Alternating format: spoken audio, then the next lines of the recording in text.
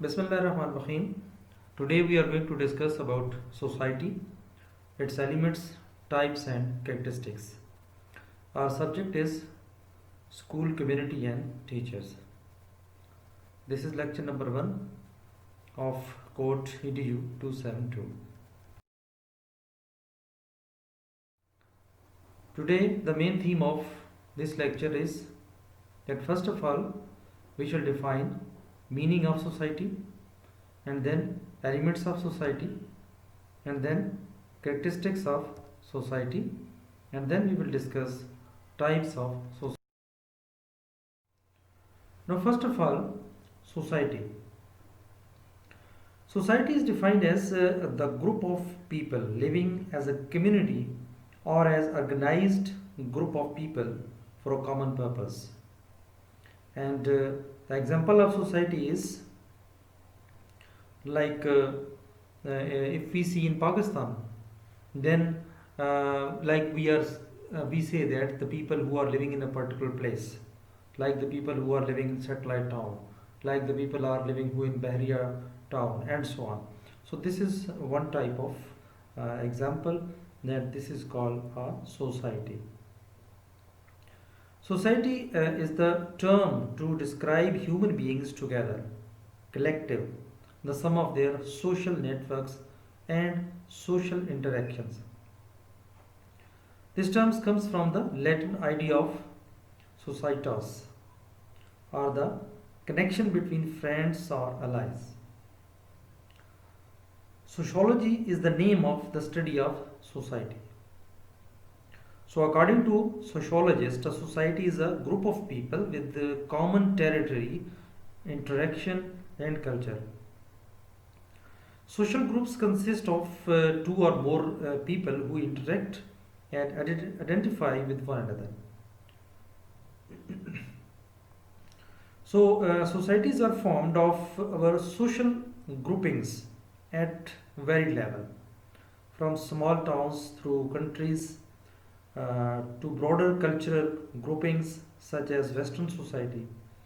So within such societies, people tend to form particular cultures formed of ideas, customs and social behaviors that make one society distinct from another.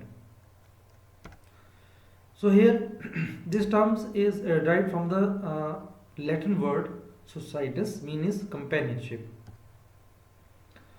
In general, the word society denotes a group of people.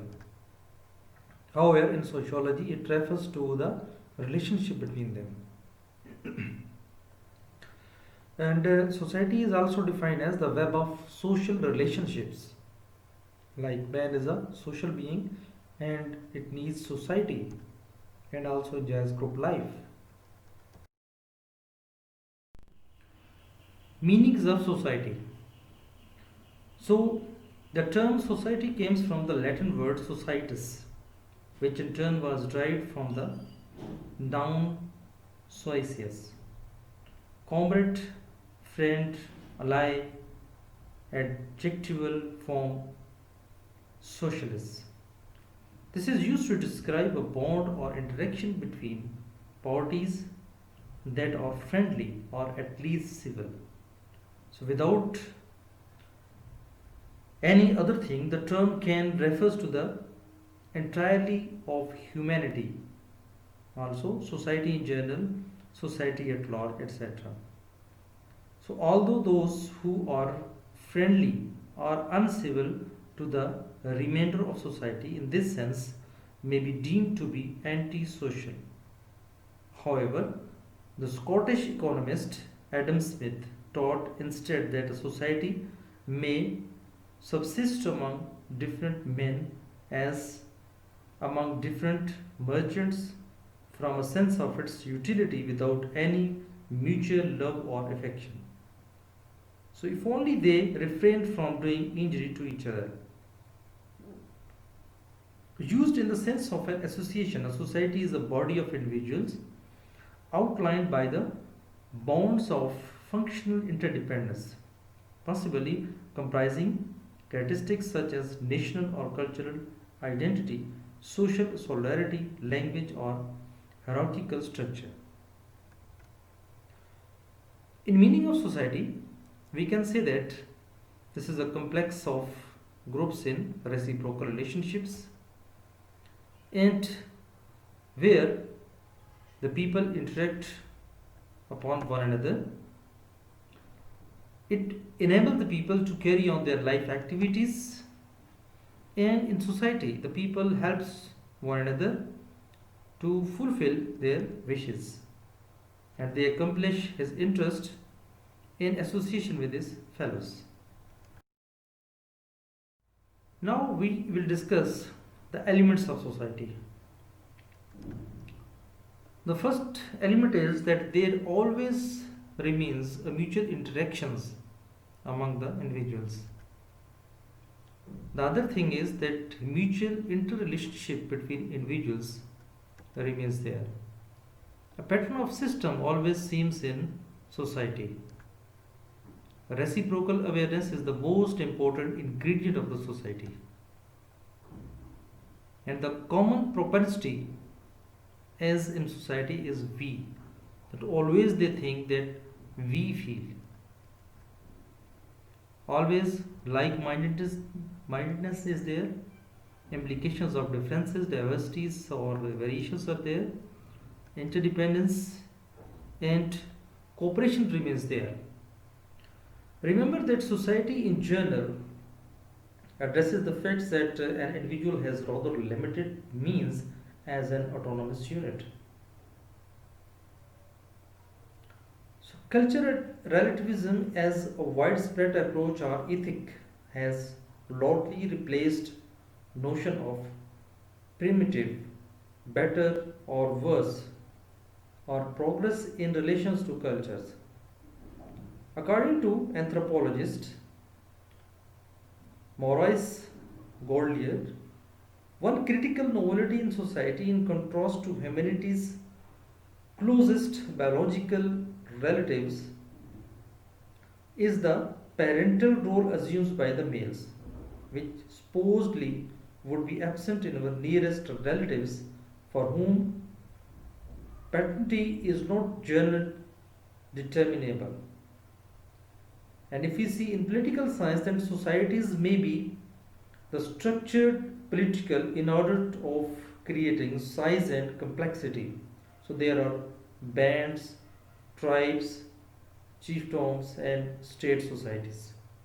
So these structures may have varying degrees of political power depending on the cultural, geographical, and historical environments that these societies must contend with.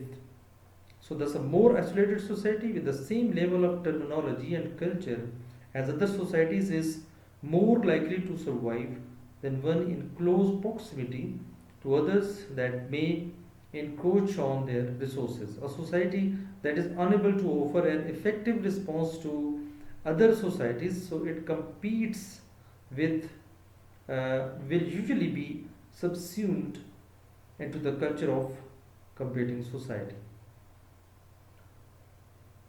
Sociologist Peter L. Berger defines society as a human product and nothing but a human product that yet continuously acts upon its producers. So, according to him, society was created by humans, but this creation turns back and creates or molds human every day.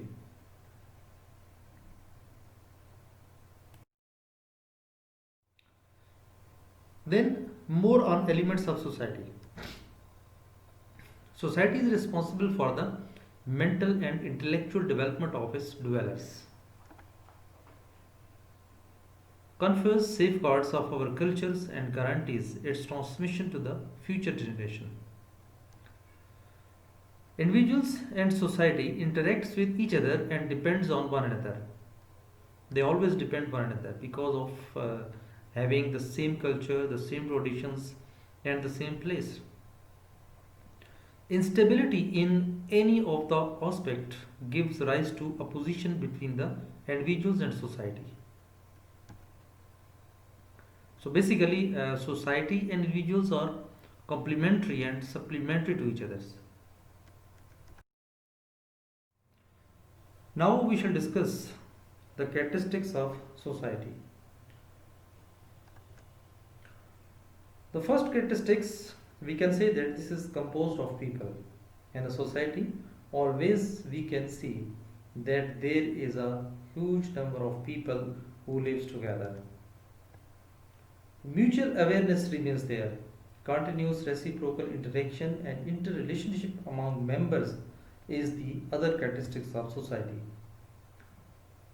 Likeness and differences, for example, similarities like needs, activities, ideals, values, and differences like looks, personality, talents, attitudes that reflects from a particular society. Members have cooperation and share common interest. Desires are satisfied and interest fulfilled with the joint efforts promoting solidarity and social cohesion. Responsibilities held by means of divisions of labor and delegation of authority. So, in detail, we can say that many societies distribute lodges at the behest of some individual or some larger group of people. So, this type of generosity can be seen in all known cultures. Typically, prestige accrues to the generous individual or group. Conversely, members of society may also shun or scapegoat any member of the society who violates its norms.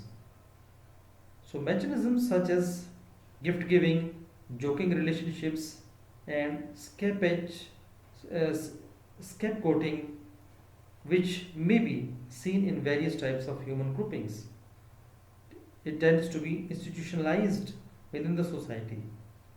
So, social evolution as a phenomena carries with it certain elements that could be determinal, sorry, detrimental to the population it serves. So, some societies bestows status on the individual or group of people when that individual or group performs and admired or desired action. So, this type of recognition is bestowed in the form of name, title, manner of dress, or monetary reward. So, in many societies, adult male or female status is subject to the ritual or process of this type. So, altruistic action in the interest of the larger group is seen in virtually all societies.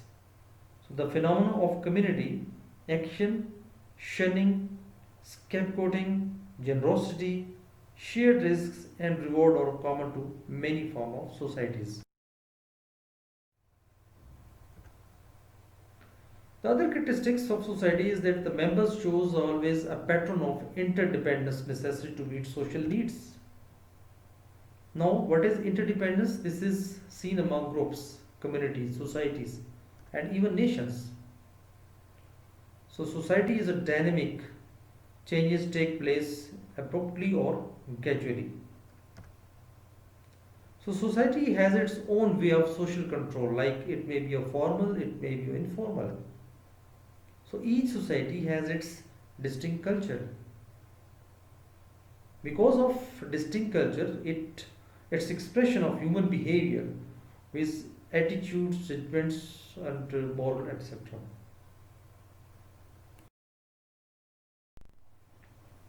Now, what are the types of society? There are different types of society like foraging, pastoral, horticultural, agricultural, industrial, and post industrial societies. Societies are social groups that differs according to the subsistence strategies, the ways that humans or technology to provide needs for themselves. Although humans have established many types of societies throughout history, anthropologists tend to classify different societies according to the degree to which different groups within a society have unequal access to advantages such as resources, prestige, or power.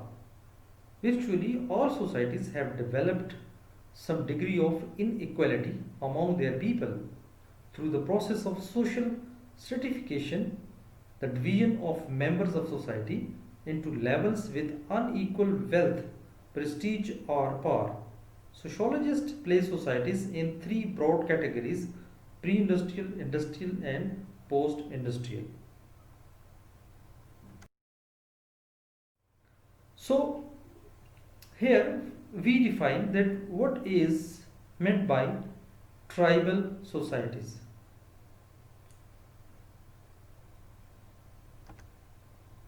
This is that type of society where there is a common territory and language but nomadic in nature. They always have a blood relationship, like family and kinship are the only interconnected social institutions. Endogamy, with marriages within the tribe, political organizations are not defined as all people are considered to be equal as they virtually have no property.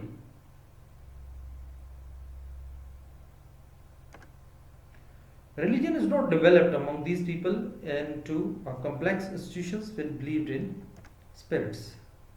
So, common name, for example, Bushmen of South Africa and some Eskimo tribes, etc., are there. Then there are some features of tribal society, like they always remains in small and homogeneous, like 50 to 40 members in composition. Main economic activity was hunting and food gathering. Division of labor is minimum based on gender and age without any specialization, and there is no private property, which property is common to all members of the tribe. Folkways and mores are more important means of social control. So there is no competition and conflict too is minimum, as there is no accumulated surplus to fight over. Now, agrarian society. What type of society is there? This is dominant economic activity, that was agriculture. Characteristics of rural communities are there. Minimum division of labor is there. Family plays an important role in this society, and in this society there is a sense of unity, like we feeling. Social control through informal means, simplicity, homogeneity, and closeness to nature. So, agrarian societies are use agricultural technological advances to cultivate crops over a large area. Sociologists use the phrase agricultural revolution to refer to the technological changes that occurred as long as 8500 years ago that led to cultivating crops and raising farm animals. Increases in food supplies that led to larger populations than in earlier communities. So, this meant a greater surplus, which resulted in towns that became centers of trade supporting various rulers, educators, craftspeople, merchants, and religious leaders who did not have to worry about locating nourishment. So, the greater degree of social satisfaction appeared in agrarian societies. For example, women previously had higher social status because they shared labor more equally with men. In hunting and gathering societies, women have women even gathered more food than men. So, however, as food stores improved and women took on lesser roles in providing food for the family, they increasingly became subordinate to men. As villages and towns expanded into neighboring areas, conflicts with other communities inevitably occurred. So, farmers provided warriors with food in exchange for protection against invasion by enemies. So, a system of rulers with high social status also appeared. So, this nobility organized warriors to protect the society from invasion. So, in this way, the nobility managed to extract goods from lesser members of society. Now there is industrial type of society. What type of society is this? That emergence of modern family. Always there remains an emergence of modern family.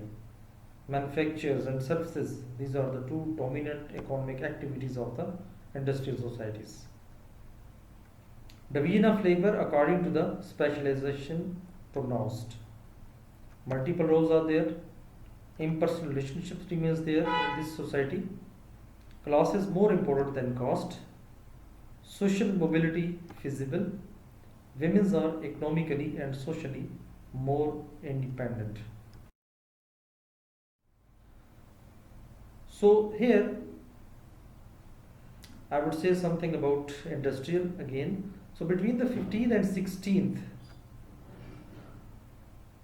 centuries, a new economic system emerged that began to replace feudalism. Capitalism is marked by open competitions in a free market in which the means of productions are privately owned. So European explosions of American served as one impetus for the development of capitalism. The introduction of foreign mental skills and species stimulated great commercial activity in European societies. So this was all about the today's topic, and these are few references. Thank you so much.